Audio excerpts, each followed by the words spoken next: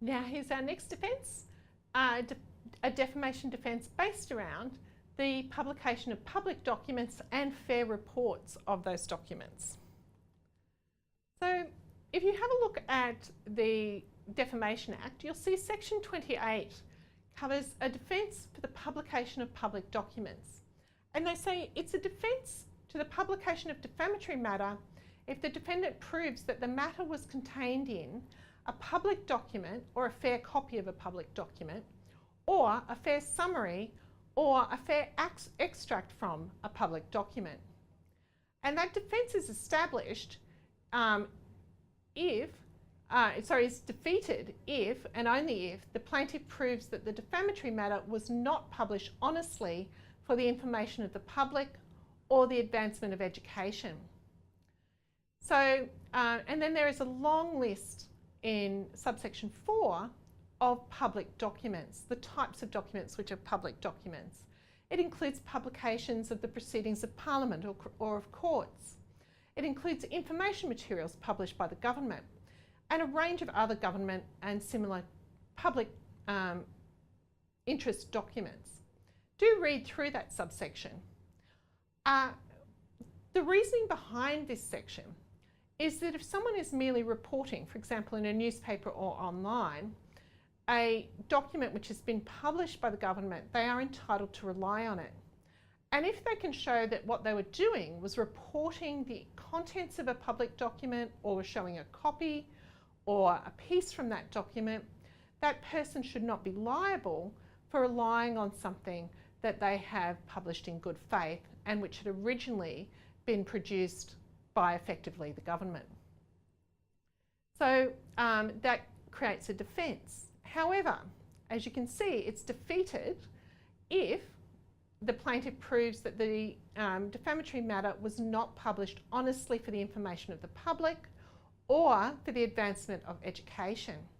So for example, if someone got up in Parliament and deliberately made a defamatory statement and someone outside of Parliament wanted to publicise that lie and the two had cooked up a scheme, the person who then reported on it was doing so to damage the reputation of the plaintiff rather than to report on something happening in Parliament. In those circumstances, it wouldn't be being published honestly for the information of the public or for the advancement of education.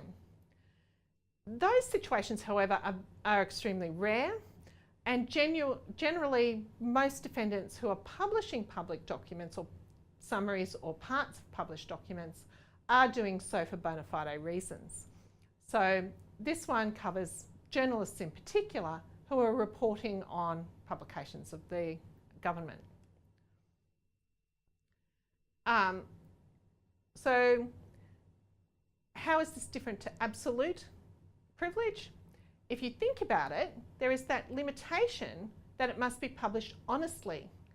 If the plaintiff can prove malice, that is a lack of honesty, an improper motive for publishing the documents, then in those circumstances, if it's not honestly for the information of the public or the advancement of education, then their defence is defeated.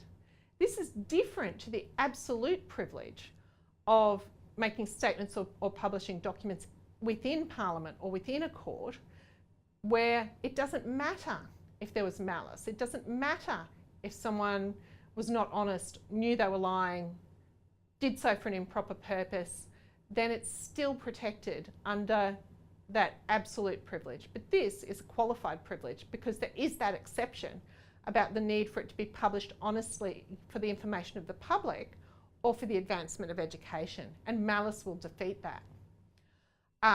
Note, under section 27, the things listed there are absolutely protected and they're not affected by proof of malice. Section 28.3 gives limits to the defence for publication of public documents and fair reports. So then what is a fair report of a proceeding of a public concern? This is the next defence under section 29. Basically, as section 29 says, it's a defence to the publication of a defamatory matter if the defendant proves that the matter was or was contained in a fair report of any proceedings of public concern. The action provides a qualified privilege for a fair summary. So you've got to look at whether it is published honestly for the information of the public or the advancement of education. Once again, under section 29, subsection 3. What is a fair report? This is not defined in the Act, so you look at the common law. And the common law has said that a fair report is an accurate summary of the proceedings, so the goings on in that public proceeding, and which does not distort the facts or provide any sort of misleading impression.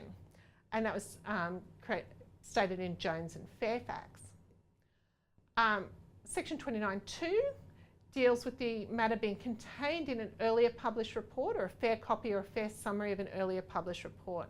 If the defendant relied on that and had no knowledge that the earlier report was not fair, that then means that their own reporting can still rely on the Section 29 defence. Section 29(4) sets out a comprehensive and exhaustive definition, meaning it's not only, it is only the matters in Section 29(4) which are proceedings of public concern. This is a pretty broad category when you read through the types of things that are proceedings of public concern. It includes, of course, parliamentary and judicial proceedings, but can also include local government proceedings, proceedings of sporting clubs, learned societies, etc. Have a look. It's interesting to see what is and is not included. Subsection 5 gives definition of some of the bodies, so it helps you understand 29(4). So have a quick look at 5 if you're finding that 29(4) is a bit hard going, but look at it anyway because sometimes it shades the meaning in ways you might not expect. Always look at the definition sections in your legislation.